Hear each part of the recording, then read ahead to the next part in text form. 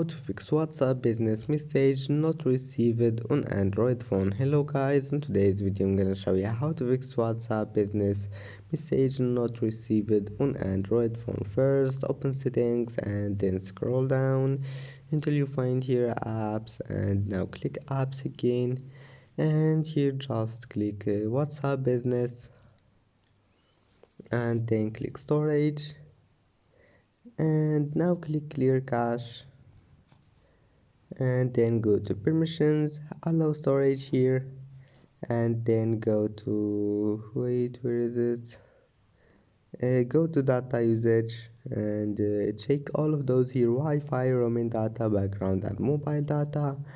And that's it for today's video. If you like this video, don't forget like and don't forget subscribe, and see you in the next video.